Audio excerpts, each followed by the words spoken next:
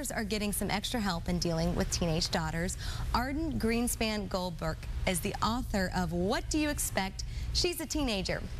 That's the book right there, A Hope and Happiness Guide for Moms with daughters ages 11 through 19. Good morning to you. Hi, good morning, Erica. Thanks for being here. Thank you. All right, so this is an issue that a lot of mothers have, is dealing with friction, especially when their daughters become teenagers. Talk about the inspiration for the book, if you would. My daughter, Samara, is the inspiration for my book. She's 22 years old, and I've been there, seen that. So I've seen Samara through some rough patches when she was a teenager.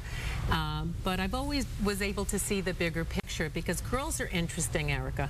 They push and pull from us, especially when they move from those sweet little darlings and they become these like little hormonal crazy girls.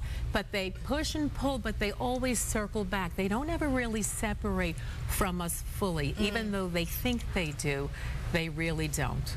Talk a little bit about what you call this aerial parenting, sort of seeing the big picture when you're in the midst of this. Well, it's very important because moms can easily get provoked by their daughters.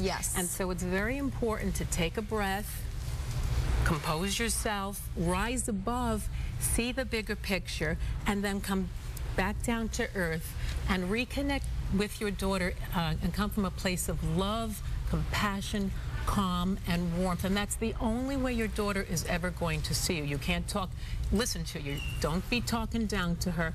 Don't be making her feel bad. Don't be pointing the finger and lecturing at her. But it's always from a place of wanting to be her teacher, her navigator, her rock, her North Star. What do you do when she just rejects all of that? I mean, I went through a really difficult time as a teenager. Did you? Literally, this girl's face on this book, rolling her eyes, was me, ages like 14 to 17. And like you mentioned, I came full circle, but it was really difficult at the time. Give me some more tips for people that are going through this type of thing. Okay.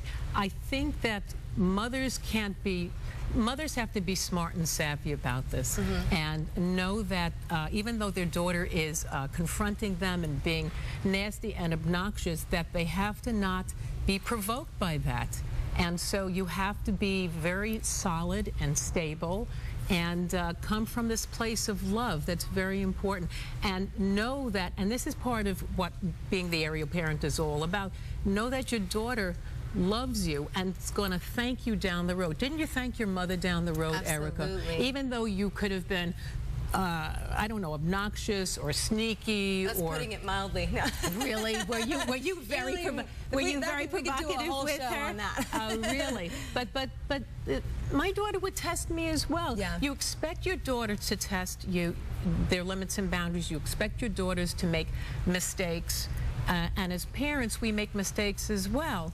But as long as we see the bigger picture, and that's what my book is all about, enjoy the ride. It's not always going to be full of the rough bumps and lumps. And look at you now. Your mother has to be so proud of you. I could just imagine now. Give me an example that you go through kind of in the book of how to get through this. Well, here's an example. This is a dear friend of mine who fell into her daughter being on a chat room space and playing pretend that she was 17 years old. She was only 13, and she was chatting with someone who said he was 17 years old, and my friend fell on this. Now, she could have gone hysterical. She could have screamed and carried on. What she did, she was on the phone with me actually, was that she says, Arden, I have to collect myself, because I'm so angry right now, because I warned her about this last week. We spoke about it, and she's on again, because the little sister was snitching. So I said to her, you got to be aerial about it. And she said, I know. I said, you want to hang up? She says, no, I'll be back in a minute. So she goes downstairs. She has the chat with her daughter and says, honey, don't you realize that it could be a predator? This person could be lying on the other end. You don't know who this is. Would you walk into a car of a stranger? She says, no, Mom, I wouldn't do that. So why are you doing this? And that's what we need to do for our daughters. Be their filter. Be their brain trust. We can't expect them to act like an adult or think like an adult. So my friend came back on the phone, of course, and said, now all is well with the world until she does it the next time. Don't expect because you've had a conversation or two with your daughter that she's going to get it. She's not. Arden, thank you so much for being here this morning. My pleasure. We really appreciate it. Really Thank important you so stuff. much. And the book Thank is you. called What Do You Expect? She's a Teenager, a Hope and Happiness Guide for Moms with Daughters, ages 11 to 19. And Chrissy, you didn't go through a difficult stage, did you? Were you always nice to your mama? I was on restriction from the time I was 14 until I left the house. Me too.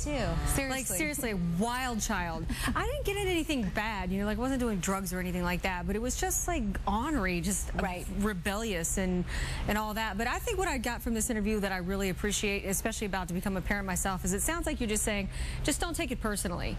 When you told the kid, hey, this could be a predator, you know, a sex offender that you're messing around with on the internet, don't you get that? And I told you last week, it's not about you. It's just go back and readdress, and it's nothing personal. Although the stakes are high, man. When it's your kid and you're worried about a predator online, I mean, it makes you freak out probably, you know, but you got to work on that and not take it personally. That's good advice. Thank you, guys.